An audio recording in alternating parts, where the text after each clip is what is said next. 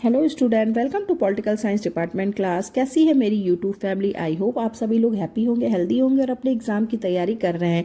इसी तैयारी में मेरा एक छोटा सा योगदान है। आई होप आप सभी लोगों को आज की वीडियो अच्छी लगेगी। और आज का video BA first year, PGT, TGT, NET, JRF, UPPSC, pre, इन सभी स्टूडेंट्स के लिए है जो इन सभी परीक्षाओं की तैयारी कर रहे हैं। तो चलिए टाइम नहीं वेस्ट करते हुए शुरू करते हैं। तो स्टूडेंट, सबसे पहले मैं हमारा पहला क्वेश्चन जो है, राज्य की उत्पत्ति के ऐतिहासिक विकासवादी सिद्धांत की मान्यता क्या है? तो इसका सही जवाब होगा राज्य का विकास हुआ है। स्टूडेंट, थोड़ा सा मैं इस पे थोड़ा सा एक बिंदु जो एक्सप्लेन करना चाहूंगी। राज्य की उत्पत्ति का विकासात्मक या ऐतिहासिक सिद्धांत राज्य को जो अन्य मानव संस्थाओं की तरह ऐतिहासिक विकास का परिणाम मानता है। ये विभिन्न तत्वों के प्रभाव से युग युगांतर के दौरान अपने वर्तमान रूप में विकसित हुआ है, जिसमें स्वजन, समूह, धर्म, युद्ध और राजनीतिक चेतना की विशेष भूमिका रही है। चलिए नेक्स्ट क्वेश्चन की तरफ बढ़ते हैं। तो हमारा अगला क्वेश्चन है, आधुनिक युग में पुलिस राज्य की अवधारणा पुरानी पड़ गई है, इसका कारण क्या है? तो इसका सही जवाब आपको दिख रहा है स्क्रीन पे, कल्याणकारी राज्य का उदय। स्टूडेंट, इसके बारे में मैं थोड़ा सा आपको बता देती हूँ। 19वीं सदी के करीब करीब अंत तक अधिकांश राज्य अपने को पुलिस राज्य रखकर ही संतुष्ट थे। उनका जो मुख्य काम था वो शांति और व्यवस्था को कायम करना था। लेकिन 20वीं शताब्दी में जब राज्य ने अपने नागरिकों के कल्याण की दिशा में सकारात्मक भूमिका निभानी शुरू कर दी, तब कल्याणकारी राज्य का उदय हुआ। आज हर राज्य अपने को एक कल्याणकारी राज्य कहना पसंद करेगा। तो इसीलिए ये क्वेश्चन है आपका, जो इसका सही जवाब होगा कल्याणकारी राज्य का उदय। अगला क्वेश्चन है हमारा, राज्य के प्रभावकारी कार्य का क्षेत्र आवश्यक रूप से बाधाओं को दूर करना होता है। ये कथन जो है उसका संबंध किसका है? तो इसका सही जवाब होगा लोक कल्याणकारी राज्य से। स्टूडेंट, इसके बारे में थोड़ा सा बताती हूँ। व्यक्ति के अच्छे जीवन के लिए सामाजिक बाधाओं को दूर करने का विचार प्रस्तुत करके ग्रीन ने शुरुआती उदारवादियों से बिल्कुल अलग विचार सामने रखे। उनके अनुसार व्यक्तिगत स्वतंत्रता के लिए सामाजिक भलाई आवश्यक है और यही विचार 20वीं शताब्दी में कल्याणकारी राज्य का आधार बना। तो हमारे इस सवाल का सही जवाब होगा लोक कल्याणकारी राज्य। चलिए अगले क्वेश्चन की तरफ बढ़ते हैं। राज्य के कार्यों में वृद्धि हुई है क्योंकि यह माना जाता है, इसका सही जवाब होगा राज्य सभी की भलाई का कार्य करते हैं। स्टूडेंट, मैं थोड़ा सा इसके विषय में जरूर विस्तार से बताऊंगी। ग्रीन की तरह लास्की ने भी राज्य को अधिकतम सामाजिक भलाई करने वाली संस्था माना और सामाजिक हित से संबंधित सभी कार्यों पर प्रत्यक्ष या परोक्ष रूप से राज्य के नियंत्रण की मांग की। तो राज्य के लोक कल्याणकारी स्वरूप के कारण इसके कार्यों में बहुत ही ज्यादा वृद्धि हुई है। तो इसका सही जवाब होगा राज्य सभी की भलाई का कार्य करता है। चलिए बढ़ते हैं अपने अगले क्वेश्चन की तरफ। हमारा अगला क्वेश्चन है, जैसा कि आपको पता है कि राजनीतिक सिद्धांत का क्वेश्चन आंसर मैं आपको बता रही हूँ। तो जो टॉपिक है, अब इस टॉपिक के अंदर क्वेश्चन आंसर हमारे चल रहे हैं राजनीतिक चिंतक और विचारक। तो पहला क्वेश्चन है हमारा, प्लेटो के रिपब्लिक में न्याय निहित है। तो इसका सही जवाब होगा जीवन में अपने स्थान के कर्तव्यों को करने में। स्टूडेंट, जैसे कि आप सभी लोगों को पता है कि प्लेटो अपने न्याय विषयक सिद्धांत का प्रतिपादन मानव स्वभाव के मनोवैज्ञानिक विश्लेषण के आरंभ से करते हैं। उनके अनुसार मानव आत्मा में 3 प्रधान गुण होते हैं, वासना, शौर्य और विवेक।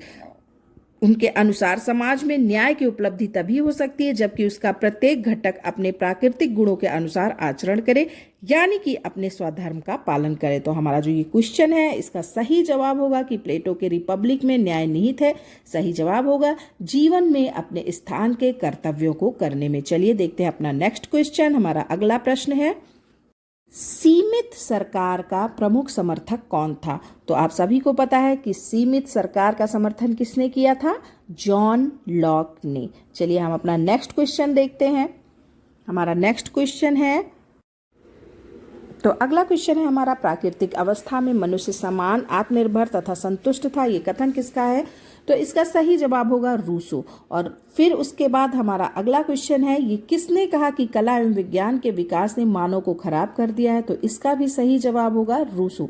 स्टूडेंट, बढ़ते हैं अपने अगले क्वेश्चन की तरफ। हमारा तो अगला क्वेश्चन है हमारा, रूसो के राज दर्शन में समान इच्छा प्रतिनिधित्व करती है। तो सही जवाब होगा समान हित की समान चेतना का। थोड़ा सा इसको एक्सप्लेन कर देती हूँ ताकि आप सभी को समझने में आसानी हो। तो इसका सही जवाब जो है समान हित की समान चेतना का। स्टूडेंट, रूसो के अनुसार सबकी इच्छा व्यक्तिगत हितों का ध्यान रखती है, जिसके कारण वो विशेष इच्छाओं का योग मात्र होती है। लेकिन समान इच्छा केवल सार्वजनिक हित का ध्यान रखती है। समाज के समस्त सदस्यों की इच्छाओं का कुल योग समान इच्छा कभी नहीं हो सकती, क्योंकि समस्त सदस्यों की इच्छाओं में सदस्यों के व्यक्तिगत एवं हित का सम्मिश्रण होती है, जबकि समान इच्छा का संबंध केवल सामाजिक हितों से होता है। सबकी इच्छा व्यक्तियों की अभिरुचि की ओर प्रवृत्ति होती है, जबकि समान इच्छा समानता की ओर प्रवृत्ति होती है। तो हमारा ये क्वेश्चन कि रूसो के राज दर्शन में समान इच्छा प्रतिनिधित्व करती है, तो आप बता सकते हैं समान हित की समान चेतना का। तो स्टूडेंट, अगला क्वेश्चन है हमारा, प्राकृतिक विधियां बुद्धिमत्ता की विधियां हैं, ये कथन किसका है? तो सही जवाब होगा हमारा हॉब्स। स्टूडेंट, हॉब्स के विचार से प्राकृतिक विधि का अभिप्राय वो नियम थे जिनके अनुसार कोई भी बुद्धिमान प्राणी अगर उसे अपने पास आसपास की पूरी परिस्थिति का पूरा ज्ञान हो और वो क्षणिक भावनाओं या उद्वेगों से प्रभावित ना हो तो कार्य करेगा। इसलिए प्रकृति की विधि उचित विवेक का आदेश है। वो उन वस्तुओं की निरंतर अभ्यस्त है जिन्हें जीवन की सतत रक्षा के लिए या तो करना पड़ता है या छोड़ना पड़ता है। तो ये चीज़ जो है हॉब्स के लिए डी सेवे ने पूरा क्लियर करके बताया था, जो मैंने अभी आपको एक्सप्लेन किया है। स्टूडेंट, लेवियाथन ने भी इसके विषय में कुछ बताया कि प्रकृति की विधि एक उपदेश या सामान्य नियम है जो विवेक के ऊपर आधारित है और जिसके अनुसार मनुष्य जीवन का विनाश करने वाली वस्तुओं का तो त्याग करता है और जीवन की रक्षा करने वाली वस्तुओं को अपनाता है। तो ये चीज़ जो है लेवियाथन ने हॉब्स के विचार के विषय में बताया था। चलिए बढ़ते हैं अपने अगले क्वेश्चन की तरफ, और हमारा जो अगला क्वेश्चन है वो है 1688 की इंग्लैंड की क्रांति का दार्शनिक किसे कहा जाता है? आप सभी को ये पता है, लॉक को। स्टूडेंट, जब इंग्लैंड में सन 1688 ईस्वी में क्रांति हुई थी तो लॉक ने इसका समर्थन किया था और क्रांति के इस समर्थन के कारण ही उसे इस क्रांति का दार्शनिक भी कहा जाता है। ये बहुत ही इंपॉर्टेंट क्वेश्चन है। चलिए हम अपने अगले क्वेश्चन की तरफ बढ़ते हैं। अगला क्वेश्चन है हमारा, प्राकृतिक अवस्था शांति, सद्भावना, पारस्परिक सहयोग तथा सुरक्षा की अवस्था, ये कथन किसका है? तो इसका सही जवाब होगा जॉन लॉक। तो ये कथन जो है किसका है? जॉन लॉक का है। चलिए अपने अगले क्वेश्चन की तरफ बढ़ते हैं, जो है आज का हमारा लास्ट क्वेश्चन।